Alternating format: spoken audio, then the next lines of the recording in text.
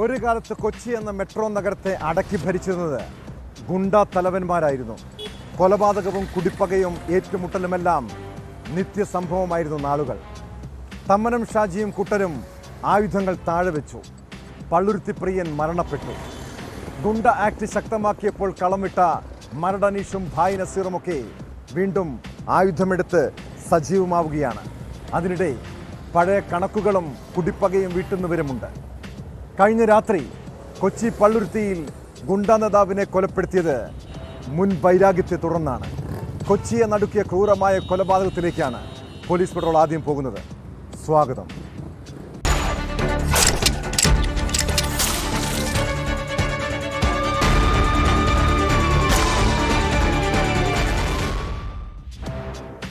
കൊച്ചിയെ വിറപ്പിച്ച ഗുണ്ടാ തലവന്മാരുടെ നാടാണ് പള്ളുരുത്തി എന്ന പ്രദേശം.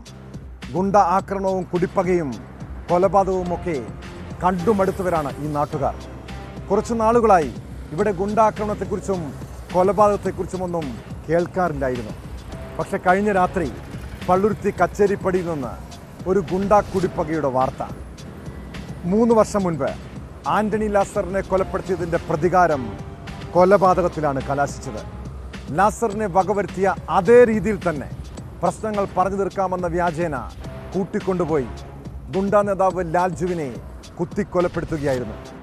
കൊലയാളി സംഘത്തിലെ 2 പേർ പിടിയിലായിട്ടുണ്ട്. 5 പേർ ഇപ്പോഴും ഒളിവിലാണ്.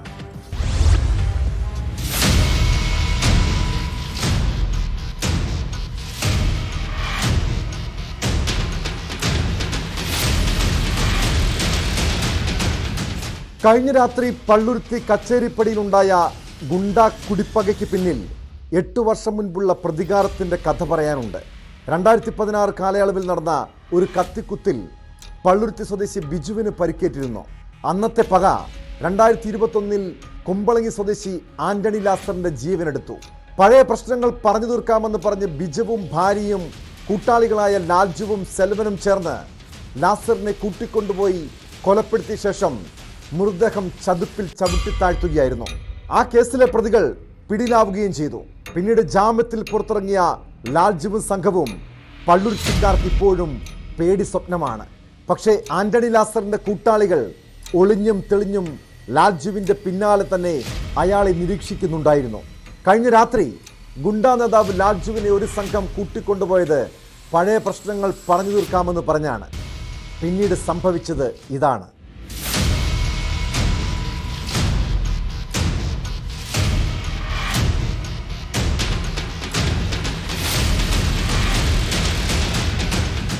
പ്രശ്നങ്ങൾ പറഞ്ഞു തീർക്കാനെന്ന വ്യാജേന ഫാസിജ് എന്ന ഗുണ്ടാ നേതാവും കൂട്ടരും ലാൽജുവിനെ പള്ളുരുത്തി കച്ചേരിപ്പടിയിലേക്ക് വിളിച്ചു വരുത്തി. കയ്യിൽ കരുതിയിരുന്ന ആയുധങ്ങൾ ഉപയോഗിച്ച് ലാൽജുവിനെയും സുഹൃത്ത് ജോജിയെയും പ്രതികൾ കുത്തി വീഴ്ത്തി. ലാൽജു സംഭവ സ്ഥലത്ത് വെച്ച് തന്നെ കൊല്ലപ്പെട്ടു. ഗുരുതരമായി പരിക്കേറ്റ ജോജിയെ ആശുപത്രിയിൽ പ്രവേശിപ്പിച്ച് അപകടത്തിന് തരണം ചെയ്തിട്ടുണ്ട്. കൊലപ്പെടുത്തുകയായിരുന്നു പ്രതികളുടെ ലക്ഷ്യമെന്ന് FIR-ൽ പറയുന്നു. ഒളിവിൽ പോയ പ്രധാന പ്രതി ഫാസിജിനെ രാത്രി തന്നെ പോലീസ് പിടികൂടിയിരുന്നു. പുലർച്ചെയാണ് 2ാം പ്രതി ചോർ അച്ചുവിനെ കസ്റ്റഡിയിലെടുത്തത്. ഇനിയും 5 പേർ കൂടി പിടിയിലാകാനുണ്ട്. ഇവർക്കായുള്ള അന്വേഷണം അയൽ ജില്ലകളിലേക്കും വ്യാപിപ്പിച്ചിരിക്കുകയാണ് പോലീസ്.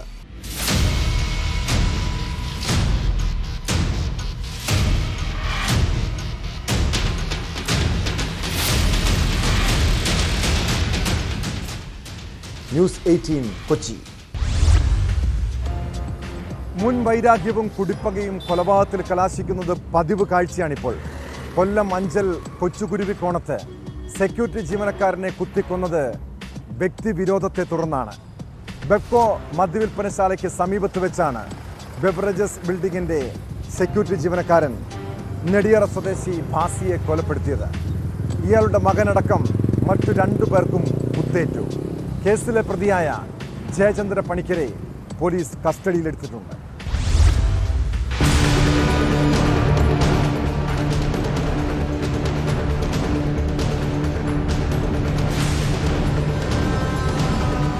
കഴിഞ്ഞ ദിവസം രാത്രിയിലാണ് കത്തിക്കുത്തുണ്ടായത്.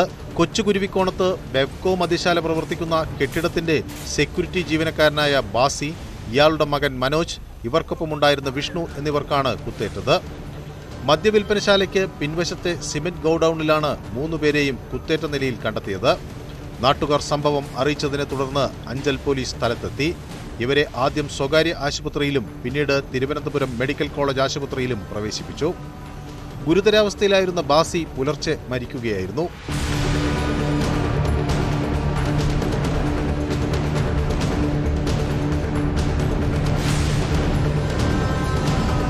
പ്രതി ജയചന്ദ്ര പണിക്കരെ അഞ്ചൽ പോലീസ് കസ്റ്റഡിയിലെടുത്തു. മുൻവൈരാഗ്യമാണ് ആക്രമണത്തിന് പിന്നിൽ എന്നാണ് സൂചന. സംഭവത്തിൽ പോലീസ് കൂടുതൽ അന്വേഷണം നടത്തിവരികയാണ്.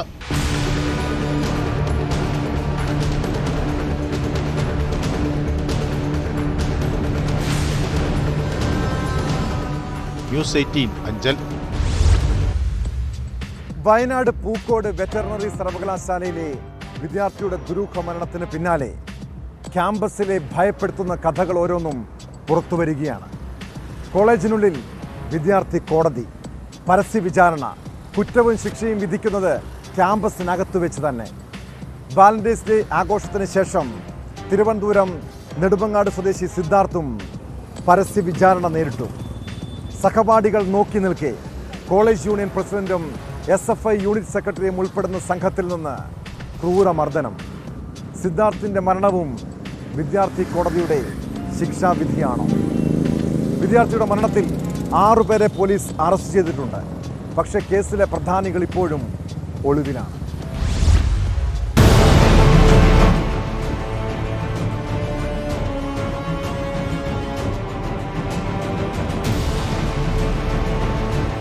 BVSC 2ാം വർഷ വിദ്യാർത്ഥിയായ തിരുവനന്തപുരം നെടുമങ്ങാട് സ്വദേശി സിദ്ധാർത്ഥിനെ ഫെബ്രുവരി 18-നാണ് ഹോസ്റ്റലിലെ കുളിമുറിയിൽ മരിച്ച നിലയിൽ കണ്ടെത്തിയത്.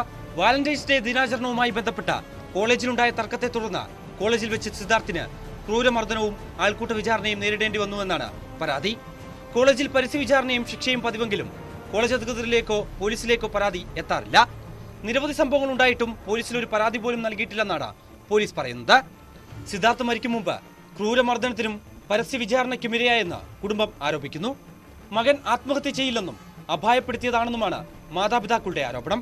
15 കൂട്ടുകാർ പറഞ്ഞ ഞാൻ കണ്ടു. അതിൽ 2 കുട്ടികൾ സിദ്ധാർത്ഥൻ്റെ അച്ഛൻ്റെ അടുത്ത് അല്ലെങ്കിൽ അമ്മയുടെ അടുത്ത് പറഞ്ഞിട്ട് പോകും. സിദ്ധാർത്ഥിൻ്റെ കൂടെ പഠിക്കുന്നതാണ് നിങ്ങൾ, സിദ്ധാർത്ഥൻ ഇത് ചെയ്തതല്ല. ഇത് പറഞ്ഞു കഴിഞ്ഞാൽ ഷിൻജോ എന്ന് പറഞ്ഞു, ഷിൻജോ നമ്മളെ കൊന്നുകളയും, ഷിൻജോ എന്നുള്ള കുട്ടിയുടെ പേര് നമ്മളെ കൊന്നുകളയെന്ന് പറഞ്ഞേക്കാം. ഈ ഷിൻജോയും അവൻ്റെ ഫ്രണ്ട്സും, ഷിൻജോ സീനിയറാണ്, പിന്നെ അത് കഴിഞ്ഞാൽ മനസ്സിലായി. അവൻ്റെ ഫ്രണ്ട്സിൽ ഒരു 3-4 പേര് പറഞ്ഞു, അക്ഷയ്, റഹാന്, വേറെ ഡാലി എന്ന് പറഞ്ഞ 3 കുട്ടികൾ, അവരെല്ലാവരും കൂടെ അവനെ കൊണ്ട് റൂമിൽ കൊണ്ടുപോയി ചെയ്തതാണ്. സംഭവത്തിൽ SFI unit secretary Amal Hisan, college union president K Arun, union അംഗം ആസിഫ് ഖാൻ എന്നിവരുൾപ്പെടെ ഒളിവിൽ പോയ 12 പ്രതികളെ 10 ദിവസത്തിന് ശേഷവും കണ്ടെത്താനാകാത്തത് കടുത്ത പ്രതിഷേധത്തിന് കാരണമാണ്. കേസിൽ പുതിയതായി പ്രതി ചേർത്ത 6 പേരെ പോലീസ് കസ്റ്റഡിയിലെടുത്തിട്ടുണ്ട്. മുഴുവൻ പ്രതികളെയും അറസ്റ്റ് ചെയ്യണമെന്നാവശ്യപ്പെട്ട് യൂത്ത് കോൺഗ്രസ് പ്രവർത്തകർ പോലീസ് സ്റ്റേഷനിലേക്ക് മാർച്ച് നടത്തി.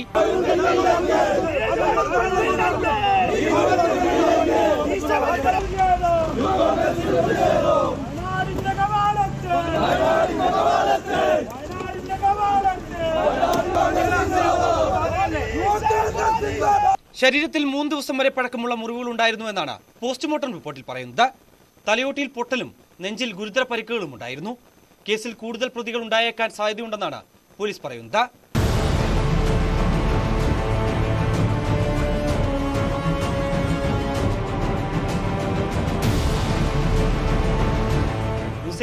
വയനാട്. നമ്മളൊക്കെ മരിച്ചു കഴിഞ്ഞാൽ 6 അടി മണ്ണിലാണ് ശവം സംസ്കരിക്കുന്നത്. ഒരു തുണ്ട് ഭൂമി പോലും ആരും കൊണ്ടുപോകത്തുമില്ല. ഈ യാഥാർത്ഥ്യമൊക്കെ അറിയാമെങ്കിലും മണ്ണിനും സ്വത്തിനും വേണ്ടി പരസ്പരം തമ്മിൽ തല്ലുന്നത് ഉറ്റവരും അയൽവാസികളുമാണ്. കോട്ടയം മുണ്ടക്കയത്ത് അതിർത്തി തർക്കത്തെ തുടർന്ന് വൃദ്ധ ദമ്പതികളെ വെട്ടിപ്പരിക്കേൽപ്പിച്ചത് അയൽവാസിയാണ്. ഗുരുതരമായി പരിക്കേറ്റ മുണ്ടക്കയം സ്വദേശികളായ തോമസിനെയും ഭാര്യയെയും കോട്ടയം മെഡിക്കൽ കോളേജ് ആശുപത്രിയിൽ പ്രവേശിപ്പിച്ചു. പ്രതി കുഞ്ഞുമോനായി പോലീസ് തെരച്ചിൽ തുടരുകയാണ്.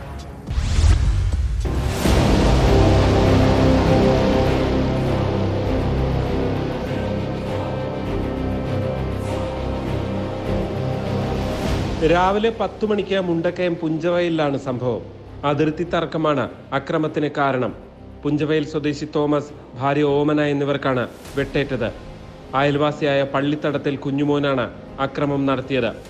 തോമസിന് തലയിലും ഓമനയ്ക്ക് മുഖത്തുമാണ് വെട്ടേറ്റത്. ഇരുവരെയും ആദ്യം മുണ്ടക്കയം ഗവൺമെന്റ് ആശുപത്രിയിലും തുടർന്ന് കാഞ്ഞിരപ്പള്ളി ആശുപത്രിയിലും പ്രവേശിപ്പിച്ചു. വിദഗ്ധ ചികിത്സയ്ക്കായി പിന്നീട് കോട്ടയം മെഡിക്കൽ കോളേജ് ആശുപത്രിയിലേക്ക് ഇരുവരെയും മാറ്റി.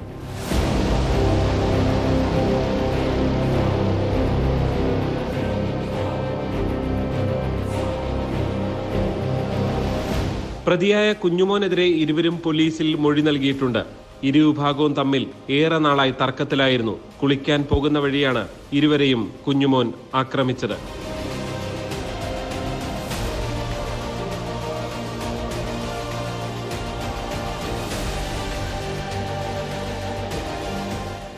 ന്യൂസ് 18 കോട്ടയം. അതിർത്തി തർക്കം പോലെ അയൽവാസികൾ തമ്മിലുള്ള പ്രശ്നങ്ങൾക്ക് വഴിത്തർക്കവും കാരണമാകാറുണ്ട്. അത് ചിലപ്പോൾ വാക്കേറ്റത്തിലും കയ്യാങ്കളിലുമൊക്കെ കലാശിക്കും. ഇടുക്കി നെടുങ്കണ്ടത്ത് വഴിത്തർക്കത്തെ തുടർന്ന് തോക്കുമായി വീട്ടിലെത്തി അയൽവാസി ഭീകരാന്തരീക്ഷം സൃഷ്ടിച്ചതായി പരാതി. അതേസമയം ഇരു കൂട്ടരും തമ്മിൽ കയ്യാങ്കളി ഉണ്ടായെന്നും തോക്കുപയോഗിച്ചെന്ന ആരോപണം അടിസ്ഥാനരഹിതമെന്നും പോലീസ് പറയുന്നു.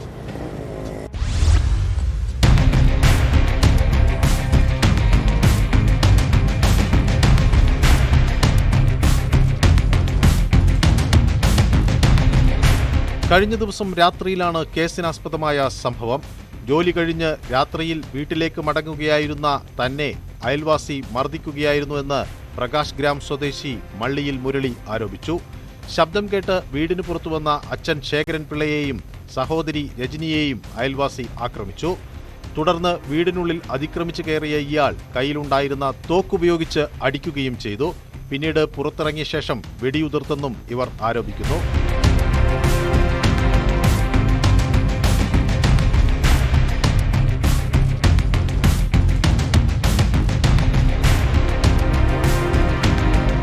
ഞാൻ ഇന്നലെ പണിയും കഴിഞ്ഞ് എൻ്റെ വീട്ടിലേക്ക് വരികയായിരുന്നു.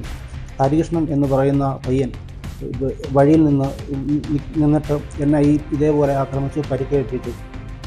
ഈ ആക്രമിക്കുന്നത് ഒച്ച കേട്ടുകൊണ്ട് അച്ഛനും സഹോദരിയും കൂടി വന്നു. അവരെയും കൈയാറ്റം ചെയ്ത് അയാളുടെ കയ്യിലിരുന്ന തോക്കിൻ്റെ പാർട്ടി കൊണ്ട് അടിക്കുകയും പിന്നെ അപ്പോഴത്തേക്കും ഞങ്ങൾ പെരക്കകത്തോട്ട് കൂടി കയറി. ഈ പറഞ്ഞ ഹരികൃഷ്ണനും കൂടുതൽ കയറി ബഹളം വയ്ക്കുകയും സഹോദരിയുടെ വസ്ത്രങ്ങൾ വലിച്ചു കീറുകയും ചെയ്തു. അത് കഴിഞ്ഞിട്ട് പുറത്തേക്ക് ഇറങ്ങിപ്പോയിട്ട് സൈഡിലേക്ക് വെടിയുതിരും. ഇവരുടെ കുടുംബവും അയൽവാസിയുമായി വഴിത്തർക്കം നിലവിലുണ്ട്. വസ്തുവിന്റെ രണ്ട് ഭാഗത്തുകൂടി നടക്കാനുള്ള വഴി വിട്ടു നൽകിയിട്ടുണ്ട്. എന്നാൽ വാഹനം കടന്നുപോകുന്ന വഴി വേണമെന്നാവശ്യപ്പെട്ടാണ് തർക്കം. ഉപദ്രവിച്ച മകന്റെ അമ്മ, എന്നെ അനുപ എന്നാണ് അവളുടെ പേര്, നിരന്തരം എന്നെ ഫോണിൽ വിളിച്ചിട്ട് എനിക്ക് പിണറായിയുടെ അടുത്ത് വരെയും ഗുണ്ടകളുണ്ട്, നിന്റെ ആങ്ങളെ ഞാൻ പിടിച്ചു കെട്ടിയിട്ട് വഴി വെട്ടും, അതല്ലെന്നുണ്ടെങ്കിൽ തല്ലിക്കൊല്ലും. ഇത് തന്നെയാണ് അവർ പറയുന്നത്. എങ്ങനെയാണെങ്കിലും ഞങ്ങൾക്ക് വഴി വേണം, വഴി തന്നേ പറ്റുള്ളൂ എന്നാണ് പറയുന്നത്. ഇതൊരു 13 വർഷങ്ങൾക്ക് മുമ്പ് നമ്മുടെ ആ റൂട്ട് ഒരു വഴി വെട്ടിയതാണ്. വെട്ടിയതെന്ന് പറഞ്ഞാൽ ആ സ്ഥലത്തിന്റെ ഉടമസ്ഥനെ അവർ മനഃപൂർവ്വം അവിടെ നിന്ന് കടത്തിയിട്ട് വഴി വെട്ടി അവരുടെ വീട്ടിൽ ചെല്ലുമ്പോഴാണ് അവരുടെ മക്കൾ അറിയുന്നത്. അത് അവർ കോടതിയിൽ കൊണ്ടുപോയി കേസാക്കി. കേസ് നിലനിൽക്കെ തന്നെ ഇവർ വണ്ടി അതിനകത്ത് കയറ്റിയിട്ട് വണ്ടിക്കാര് ഇവര് സ്ഥലത്തിന്റെ ഉടമസ്ഥരും കൊണ്ടുപോയി പരാതി കൊടുത്ത് ആ വഴി സ്റ്റേ ആയിരുന്നു. അതേസമയം ഇരുകൂട്ടരും തമ്മിൽ നിലവിലുള്ള വഴിത്തർക്കത്തെ തുടർന്നുണ്ടായ വാക്കേറ്റം ആക്രമണത്തിൽ കലാശിക്കുകയായിരുന്നു എന്നും ഇരുകൂട്ടരുടെയും പരാതിയിൽ കേസെടുത്തിട്ടുണ്ടെന്നും കമ്പംമെട്ട് പോലീസ് വ്യക്തമാക്കി.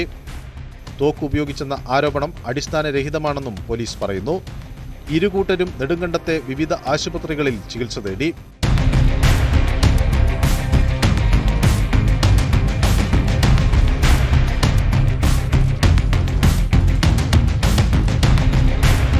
ന്യൂസ് 18 ഇടുക്കി. നമ്മുടെ നാട്ടിൽ ഇപ്പോൾ ഏറ്റവും കൂടുതൽ ലൈംഗിക അതിക്രമത്തിന് ഇരകളാകുന്നത് കൊച്ചുകുട്ടികളാണ്. കൊച്ചി മട്ടാഞ്ചേരിയിൽ സ്കൂൾ വിദ്യാർത്ഥിനികളെ ലൈംഗിക ചൂഷണത്തിന് ഇരയാക്കിയ കേസിൽ പലചരക്ക് കടയുടമയെ പോലീസ് അറസ്റ്റ് ചെയ്തു. മട്ടാഞ്ചേരി സ്വദേശി അജീബ് സെയ്ദിനെയാണ് പോക്സോ ചുമത്തി അറസ്റ്റ് ചെയ്തത്. 7 കുട്ടികളാണ് ഇയാൾക്കെതിരെ പരാതിയുമായി പോലീസിനെ സമീപിച്ചത്.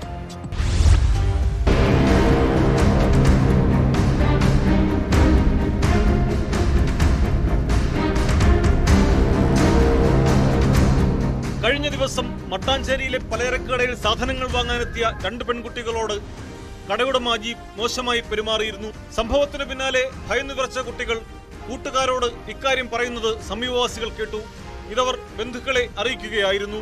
ഇതോടെയാണ് കടയിൽ വെച്ച് സംഭവിച്ച ദുരനുഭവത്തെക്കുറിച്ച് വിദ്യാർത്ഥിനികൾ വീട്ടുകാരോട് തുറന്നു പറഞ്ഞത്. വീട്ടുകാർ പോലീസിൽ പരാതിപ്പെടുകയും പ്രതിയെ കസ്റ്റഡിയിലെടുക്കുകയും ചെയ്തു.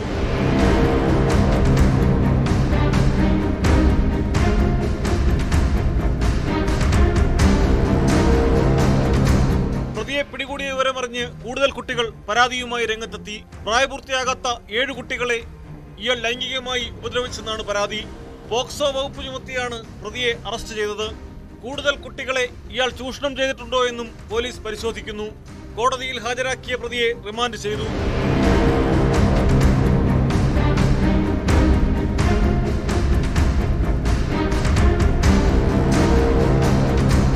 ന്യൂസ് 18 കൊച്ചി.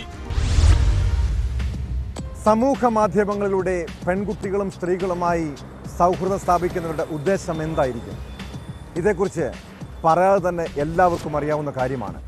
പക്ഷേ എത്ര കേട്ടാലും കണ്ടാലും ചിലർ പഠിക്കില്ല. ഇടുക്കി ഉടുമ്പൻചോലയിൽ സമൂഹ മാധ്യമങ്ങളിലൂടെ സൗഹൃദം സ്ഥാപിച്ചയാളുടെ തനി സ്വഭാവം പെൺകുട്ടി തിരിച്ചറിഞ്ഞത് അശ്ലീല വീഡിയോ സന്ദേശങ്ങൾ ലഭിച്ചപ്പോഴാണ്. ഇക്കാര്യം അവൾ മാതാപിതാക്കളെ അറിയിച്ചു.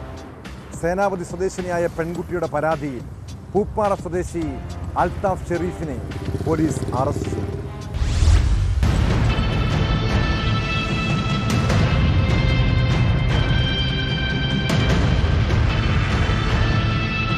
മൂന്ന് മാസം മുമ്പാണ് പ്രതിയായ 19-കാരൻ അൽത്താഫ് പെൺകുട്ടിയുമായി സുഹൃത്ത് ബന്ധം സ്ഥാപിച്ചത്. തുടർന്ന് അശ്ലീല വീഡിയോ സന്ദേശങ്ങൾ അയക്കാൻ ആരംഭിച്ചു. പെൺകുട്ടി ഇക്കാര്യം മാതാപിതാക്കളുടെ ശ്രദ്ധയിൽപ്പെടുത്തുകയും ഉടുമ്പൻചോല പോലീസിൽ പരാതി നൽകുകയുമായിരുന്നു. തുടർന്ന് നടത്തിയ അന്വേഷണത്തിലാണ് ഉടുമ്പൻചോല പോലീസ് യുവാവിനെ അറസ്റ്റ് ചെയ്തത്.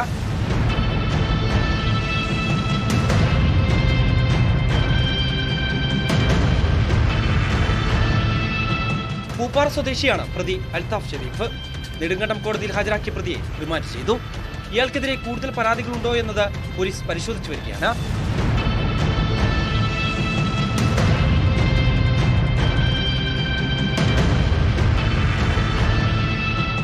ന്യൂസ് 18 ഇടുക്കി. ജനപ്രതിനിധികളെ പൊതുവെ ജനങ്ങൾക്ക് വലിയ വിശ്വാസമാണ്. അതുകൊണ്ട് തന്നെ നാട്ടിലും വീട്ടിലും കുട്ടികൾക്കിടയിലും അവർക്ക് വലിയ സ്വാതന്ത്ര്യം കൊടുക്കാറുണ്ട്. ഇത് മുതലാക്കി പെൺകുട്ടിയുമായി സൗഹൃദത്തിലായ ഒരു പഞ്ചായത്ത് മെമ്പറുടെ ചതിയെക്കുറിച്ച് അറിയണം.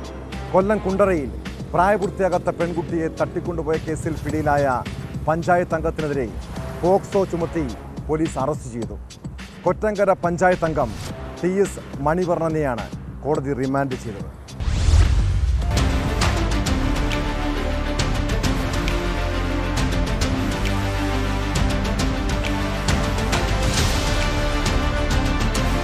കഴിഞ്ഞ 24 വൈകിട്ട് 4:30 കുട്ടിയെ വീട്ടിൽ നിന്ന് കാണാതായിരുന്നു.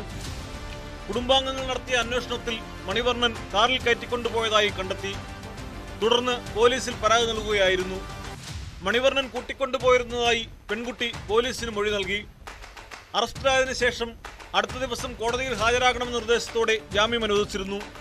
തുടർന്ന് കോടതിയിൽ ഹാജരായ മണിവർണ്ണനെതിരെ കൂടുതൽ തെളിവുകൾ പോലീസ് സമർപ്പിച്ചതോടെ കോടതി പോക്സോ കേസ് ചുമത്തി.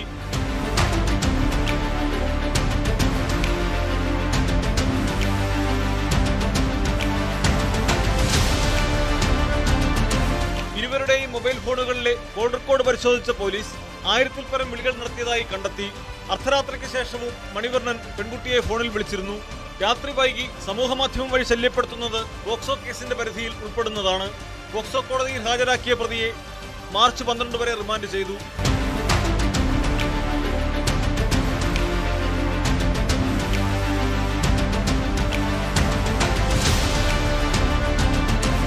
ന്യൂസ് 18 കൊട്ടാരക്കര. ആരോഗ്യ പ്രവർത്തകർക്ക് നേരെയുള്ള അതിക്രമങ്ങൾക്ക് ഇപ്പോഴും കുറവൊന്നുമില്ല. തൃശൂർ ഇരിങ്ങാലക്കുട പടിയൂരിൽ പഞ്ചായത്ത് മെമ്പറാണ് ഡോക്ടറെ കയ്യേറ്റം ചെയ്തത്. പൊറത്തിശ്ശേരി ഹെൽത്ത് സെന്ററിലെ വനിതാ ഡോക്ടറെ കയ്യേറ്റം ചെയ്ത BJP വാർഡ് മെമ്പറെ പോലീസ് അറസ്റ്റ് ചെയ്തു. പടിയൂർ പഞ്ചായത്ത് മെമ്പർ ശ്രീജിത്ത് മണ്ണായിലാണ് ഡോക്ടറുടെ പരാതിയിൽ പിടിയിലായത്.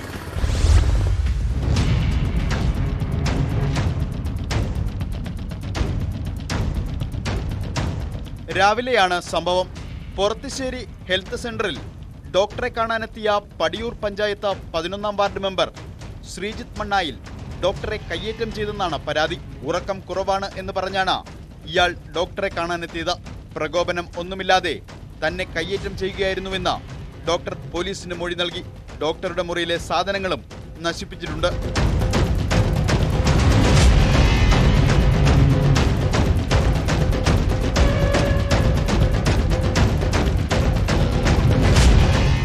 ശബ്ദം കേട്ട് ഓടിയെത്തിയ ആശുപത്രി ജീവനക്കാരും നാട്ടുകാരും ചേർന്ന് ശ്രീജിത്തിനെ തടഞ്ഞുവെച്ച് പോലീസിൽ വിവരമറിയിക്കുകയായിരുന്നു. തുടർന്ന് ഇരിങ്ങാലക്കുട പോലീസ് എത്തി ഇയാളെ കസ്റ്റഡിയിലെടുത്തു. ഡോക്ടറെ ഇരിങ്ങാലക്കുട ജനറൽ ആശുപത്രിയിൽ പ്രവേശിപ്പിച്ചു. ആക്രമണത്തിന്റെ കാരണം അന്വേഷിച്ചു വരുന്നതായി പോലീസ് പറഞ്ഞു.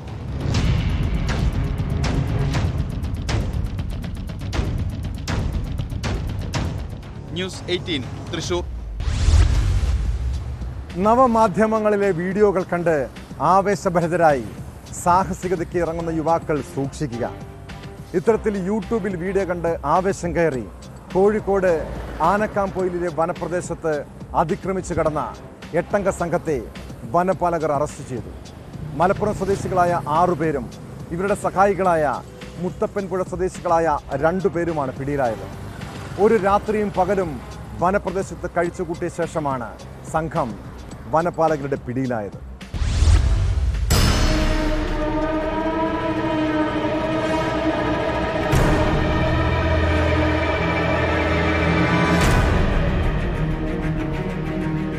കോഴിക്കോടിന്റെ കിഴക്കൻ മലയോരത്തെ ഏറ്റവും ഉയർന്ന പ്രദേശമായ വെള്ളരിമലയിൽ നിന്നാണ് 8 പേരെ വനപാലകർ അറസ്റ്റ് ചെയ്തത്.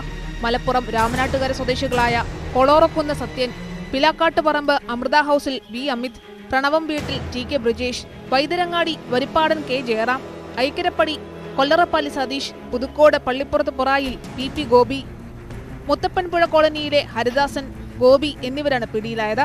രഹസ്യവിവരത്തെ തുടർന്ന് വനപാലകർ നടത്തിയ പരിശോധനയിലാണ് ഉൾവനത്തിൽ വെച്ച് ഇവർ പിടിയിലായത്. ഭക്ഷ്യവസ്തുക്കൾ, മദ്യം തുടങ്ങിയവയുമായാണ് സംഘം കാട് കയറിയത്. വ്ളോഗർമാരുടെ വീഡിയോ കണ്ട് പ്രചോദനം ഉൾക്കൊണ്ടാണ് ഇവർ വനത്തിൽ പ്രവേശിച്ചതെന്ന് Thamarassery forest range officer Vimal പറഞ്ഞു.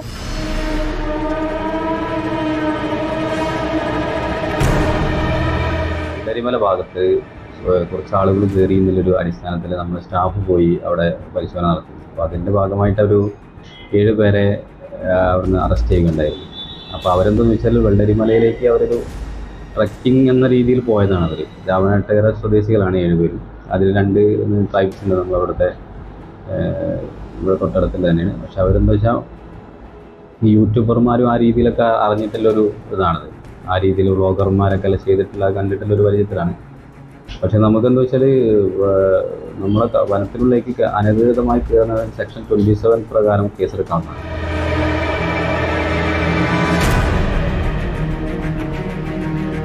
വന്യജീവികളുടെ താവളമായ വനപ്രദേശത്താണ് രാത്രി മുഴുവൻ സംഘം കഴിച്ചുകൂട്ടിയത്. മാവോയിസ്റ്റ് സാന്നിധ്യമുള്ള ഇവിടേക്കുള്ള യാത്രയ്ക്ക് പിന്നിൽ മറ്റെന്തെങ്കിലും ലക്ഷ്യമുണ്ടോ എന്നും വനംവകുപ്പ് പരിശോധിക്കുന്നുണ്ട്.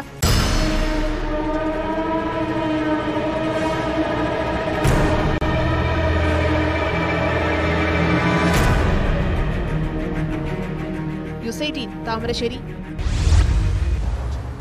മിണ്ടാപ്രാണികളുള്ള ക്രൂരത നമ്മുടെ സമൂഹത്തിൽ വർദ്ധിക്കുകയാണ്. തിരുവനന്തപുരം വർക്കല ഇടവയിൽ തെരുവുനായ്ക്കളുടെ കൈകാലുകൾ കെട്ടിയ ശേഷം ശരീരം ടാറിൽ മുക്കി ക്രൂരത. മൃഗസ്നേഹിയായ റഷ്യൻ വനിതയാണ് ഒടുവിൽ നായ്ക്കൾക്ക് സഹായവുമായി എത്തിയത്. സംഭവത്തിൽ അയിരൂർ പോലീസിൽ പരാതി നൽകാൻ ഒരുങ്ങുകയാണ് പോളീന എന്ന യുവതി.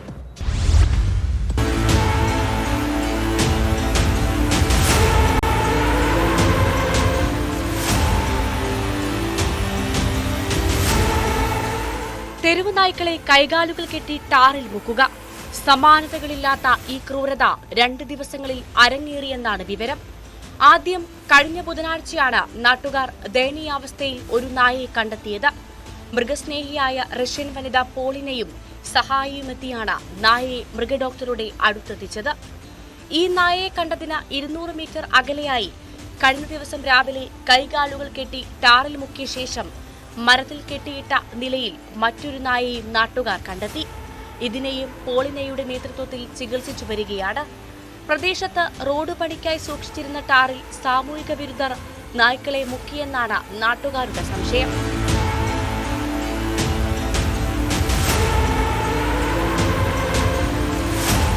we are happy we have now hospital where is enough good doctor.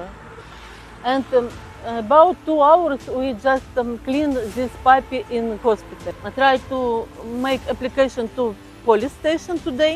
Police have to help us to understand who made it and stop this cruelty. This is my opinion. നായ്ക്കളുടെ മേൽ 70% ടാറും മുറിവുകളുമുണ്ട്. ദേഹത്ത് നിന്ന് tar പൂർണ്ണമായി ഒഴിവാക്കാനായിട്ടില്ല. മുറിവിൽ അണുബാധയുണ്ടാവാനും സാധ്യതയുണ്ട്. പോളിനിയുടെ താമസ സ്ഥലത്ത് പാർപ്പിച്ചാണ് ചികിത്സ നൽകി വരുന്നത്. സംഭവത്തിൽ അയിരൂർ പോലീസിൽ പരാതി നൽകാൻ ഒരുങ്ങുകയാണ് പോളിന.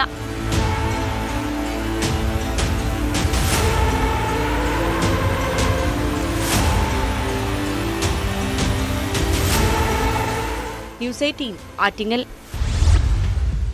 കുറ്റകൃത്യങ്ങളുടെ മറ്റു ചില വാർത്തകൾ ചുരുക്കത്തിൽ. തിരുവനന്തപുരം കാര്യവട്ടം ക്യാമ്പസിനുള്ളിൽ മനുഷ്യന്റെ അസ്ഥികൂടം കണ്ടെത്തി. വാട്ടർ അതോറിറ്റിയുടെ ഉപയോഗശൂന്യമായ ടാങ്കിനുള്ളിലാണ് അസ്ഥികൂടം കണ്ടെത്തിയത്. 17-കാരിയെ പീഡിപ്പിച്ച കേസിൽ രണ്ടാനച്ഛന് 51 വർഷം തടവും 1.5 ലക്ഷം രൂപ പിഴയും ശിക്ഷ. പത്തനംതിട്ട കണിയാമ്പാറ സ്വദേശിയെയാണ് ദേവികുളം അതിവേഗ സ്പെഷ്യൽ കോടതി ശിക്ഷിച്ചത്. എറണാകുളം കാലടിയിൽ ദളിത് യുവാവിനെ മർദ്ദിച്ച കേസിൽ 3 പേർ അറസ്റ്റിൽ. ചെങ്ങൽ സ്വദേശികളായ ഷിൻഡോ, ബിൻസ്, പ്രവീൺ എന്നിവരെയാണ് അറസ്റ്റ് ചെയ്തത്. പൊന്നാനിയിൽ 2 ഗ്രാം മെത്തംഫിറ്റമിനും 3 കിലോ കഞ്ചാവുമായി 2 പേരെ എക്സൈസ് അറസ്റ്റ് ചെയ്തു. ആലക്കോട് സ്വദേശികളായ മുഹമ്മദ് ഷഹീർ, അബ്ദുൽ സുൽത്താൻ എന്നിവരാണ് പിടിയിലായത്. വയനാട് പനമരത്ത് ഭാര്യയെ വെട്ടിക്കൊന്ന ശേഷം ആത്മഹത്യയ്ക്ക് ശ്രമിച്ച ഭർത്താവിന്റെ അറസ്റ്റ് രേഖപ്പെടുത്തി. കുളത്തറ കോളനിയിലെ ബാബുവിനെയാണ് അറസ്റ്റ് ചെയ്തത്. സുൽത്താൻ ബത്തേരിയിൽ 3-അംഗ കുടുംബം സഞ്ചരിച്ച കാർ രാത്രിയിൽ തടഞ്ഞു നിർത്തി യുവാവിനെ മർദ്ദിക്കുകയും സ്വർണ്ണാഭരണങ്ങൾ കവരുകയും ചെയ്ത കേസിൽ 4 പേർ അറസ്റ്റിൽ. ഒളിവിൽ കഴിയുകയായിരുന്ന പ്രതികളെ മൈസൂരുവിൽ നിന്നാണ് പോലീസ് പിടികൂടിയത്. മദ്യവും മയക്കുമരുന്നും പോലെ പല വീടുകളിലെയും വില്ലൻ മൊബൈൽ ഫോണുകളാണ്. മൊബൈൽ ഫോണിന്റെ അമിതമായ ഉപയോഗവും അതേ തുടർന്നുള്ള പ്രശ്നങ്ങളും ഒട്ടേറെ കുടുംബങ്ങളുടെ സ്വൈര്യ ജീവിതം തകർത്തിട്ടുണ്ട്. അത് കൊലപാതകങ്ങൾക്ക് വരെയും കാരണമായിട്ടുമുണ്ട്. 2020-ൽ വയനാട് മേപ്പാടിയിൽ ഭാര്യയെ ഭർത്താവ് ക്രൂരമായി കൊലപ്പെടുത്തിയത് മൊബൈൽ ഫോണിനെ ചൊല്ലിയുള്ള തർക്കത്തെ തുടർന്നായിരുന്നു. കേസിൽ ഭർത്താവിന് കോടതി ജീവപര്യന്തം തടവും പിഴയും ശിക്ഷ വിധിച്ചു. മേപ്പാടി സ്വദേശി വിജയനെയാണ് കൽപ്പറ്റ അഡീഷണൽ സെഷൻസ് കോടതി ശിക്ഷിച്ചത്. ഇതുപോലുള്ള ദുരന്തങ്ങൾ നമ്മുടെ വീടുകളിലും സംഭവിക്കാതിരിക്കാൻ ഈ കേസിനെക്കുറിച്ച് ഒന്ന് ഓർമ്മപ്പെടുത്തിയെന്നേ ഉള്ളൂ. ഇതോടെ ഇന്നത്തെ പോലീസ് പെട്രോൾ പൂർണ്ണമാകുന്നു. നമസ്കാരം.